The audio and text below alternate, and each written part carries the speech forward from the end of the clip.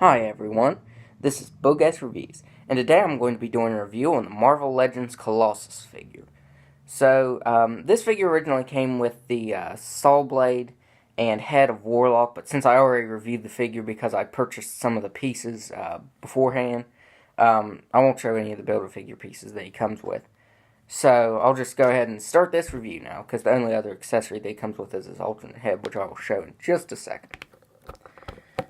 So I think this head sculpt looks really nice. This is his kind of classic look, which I think looks really good. I love the collar on this Colossus. I think Hasbro did a great job with that, because it's like that bright silver color, and still has, it's not completely bright though. You can tell there's a little bit of a dry brushing of black over. But it does have that shimmer to it. It's really shiny. And his hair, I really love that because it's black, but it actually has silver mixed in with it and gives it kind of a shimmer. It has like a sparkle to it. It almost kind of appears like silver if you hold it up to the light. Like you can see it has that silver reflection to it. And I do like this head, but I prefer the alternate head that it comes with, his more modern look to that head. I ended up buying this at JCPenney because I never thought I'd find this figure. And then JCPenney had it. Now, switching these heads on can be a little bit difficult, but, you know, it works out. Here is the head sculpt I really like. This is how Colossus looks in the current comics. Or, I think it does, because the last thing I read with Colossus was Extraordinary X-Men. So, honestly, his look could be different by now, honestly. But last I read, this was his current look. I like how he has that beard and how he has more hair now. I do like that head better. Leave a comment below and tell me which of these do you like better. I like the bearded one. I think it makes him look more menacing. I think it looks way more awesome like that. And you can see that his head still has, or his hair actually has that shimmer and shine to it. So does his beard. Now this is actually his like 2009-ish costume. I think that's kind of odd that he has a current head with an older costume. Like this was what he wore before Fear itself, because then he became the avatar of Juggernaut, and it's a whole story to that. You'd have to look that up, honestly. But this is his older look with a current head, which I still think it looks awesome. I really don't have any problems with that. Now, I did get a couple scrapes on the yellow of my figure. Like, on his back right here, you can see where there's some scrapes where the plastic is cast in red and they painted yellow over it. But I still think it looks really nice. The X emblem came out really nice and everything. Now, this is a new body mold. I think, I still don't have the Mantis Build-A-Figure, but I'm pretty sure that the arms are reused for Death's Head. I think, that's the only figure that's been reused so far with this body mold. But at the time that this was released, since I ended up getting this really late in the game, this was a completely new body mold. I think all the muscles and everything looks really nice. Now his arms look really, really nice. I like how they're that gunmetal color and have that dry brushing of black over them. It looks really, really nice. And he has those trademark lines in them.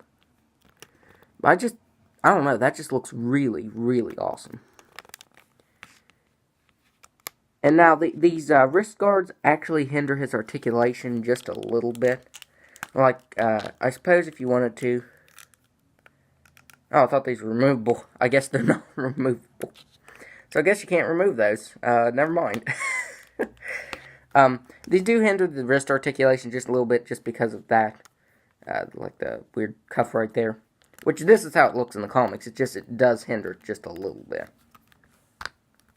So, here are his feet. Not much more going on his feet, honestly. But I really, really love this figure. And it's a lot taller than all the other Marvel Legends. And I'll show that in just a second. But right now, we're going to do the articulation. So he can look up all the way. And he does have that ball-jointed head, so you can get a little bit more articulation. So when you move his head up, you can actually get it to move back farther than it's supposed to by that ball joint. He can look down all the way, which with this bearded look, I didn't think that he'd be able to since his beard does stick out like that. But he can look all the way down. He's got ball jointed shoulders that can move all the way out. He's got a swivel at the bicep. It does tend to stop right here, though. You can force it up like that, but I don't prefer to because then it's really hard to get it back into place. So, the joints are a little sticky on my figure. You might want to take a hairdryer to it or put it in some boiling water, kind of loosen the joints up just a little bit. It's nothing really major. It's just the joints on his arms are just a little bit sticky. Like, not sticky, they tend to stick. He's got a single jointed elbow that can come up that far. He's got a swivel at the wrist that can move back and forth, but can only move back that far because of that cuff right there. Move down just a little bit. This gauntlet does cut it off right there. And then he swivels side to side, which can only move just a little bit because of that gauntlet right there.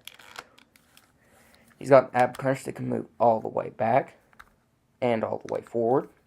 He's got a swivel at the waist, ball jointed hips that can move out that far. He can kick forward all the way.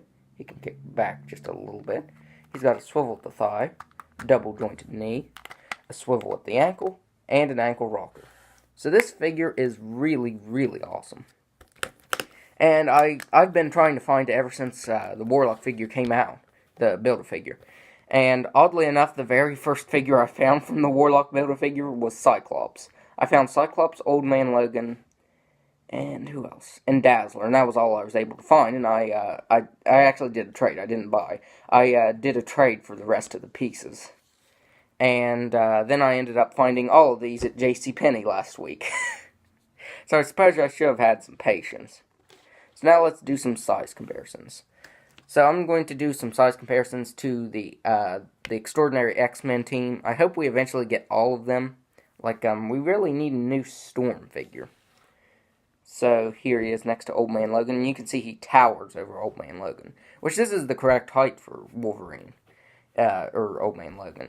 Just because Wolverine is supposed to be very, very short, so this is pretty accurate. Here he is next to Iceman, which I thought was a very tall and lanky figure to begin with. And you can see the Colossus is still a lot taller than him. This figure is probably about 7.5 inches tall, which I think is really awesome. I figured it'd be more expensive because of that, because he's such a tall figure. Like, I could see this being a Build-A-Figure, honestly. It's so big. And then here he is next to Kitty Pryde. And I'd honestly kind of love an updated figure of her, just because this one wasn't the best. I mean, it's good, but it still isn't the best. So I would like an updated version of that.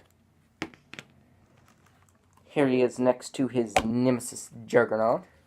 You can see that Juggernaut's just a little bit taller than Colossus, which is pretty accurate, because they're enemies in the comic. Like, they would always fight. And that's actually a comic cover, if I'm not mistaken, from John Byrne's run. Chris Claremont, John Byrne. I'd really recommend reading those issues of X-Men. Those are the best issues of X-Men that you can read. And then here he is next to his look from that era of comics. His classic look. This is kind of the Jim Lee look, too, because he really didn't change much between then. And you can see that this Hasbro version is actually taller than the previous Toy Biz version, which this one was in my collection for so long, and I finally replaced this one with the new one from Hasbro. So I would highly recommend this figure. I think it provides a fresh update for an old character that really needed updated. And it's you just really get what you pay for with this figure. It is just very awesome. Plus you get that alternate head. Although I've left this head on him the whole time. So I would highly recommend this figure. So that's my review. And if you like this review, be sure to hit the like button and subscribe to my channel. And I've noticed a lot of YouTubers say to hit the notification bell. Honestly, I had to look up what that was. So hit that notification bell too. Thanks for watching.